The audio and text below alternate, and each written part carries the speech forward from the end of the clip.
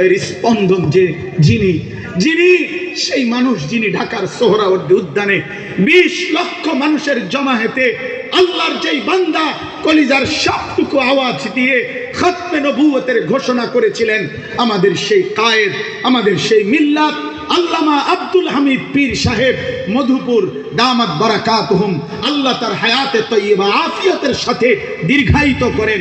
তার উপস্থিতিতে সমস্ত কিশোর যুবক, কমপক্ষে বন্ধু 30 বছরের নিচে যারা নওজোয়ান, আমি তোমাদেরকে অনুরোধ করছি, এই বন্ধু তোমরা গুনাহ ছেড়ে দাও, চরিত্রহীনতা ছেড়ে দাও, নারী ছবি অশ্লীল দৃশ্য ছেড়ে দাও, 5 ওয়াক্ত নামাজ পড়ো, ফজরের সেজদা করো। ইনশাআল্লাহ ইনশাআল্লাহ আগামীর মাহাদির সৈনিক তোমরাই হবে ইনশাআল্লাহ। দাজ্জালের বিরুদ্ধে তোমরা লড়বে ইনশাআল্লাহ। খাতমে নবুয়তের পতাকা তোমাদের হাতে উড়বে ইনশাআল্লাহ। আল্লাহ তৌফিক দেন, আল্লাহ কবুল করেন, আল্লাহ হিম্মত দান করেন। এই ধর্মসুর হামিদিয়া মাদ্রাসা আল্লাহ তাআলা ভরপুর কবুল করেন, আমিন। সুবহানাল্লাহ। আলহামদুলিল্লাহ,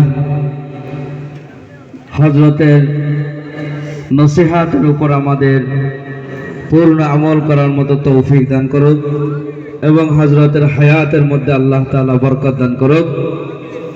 সম্মানিত সুধী মণ্ডলী,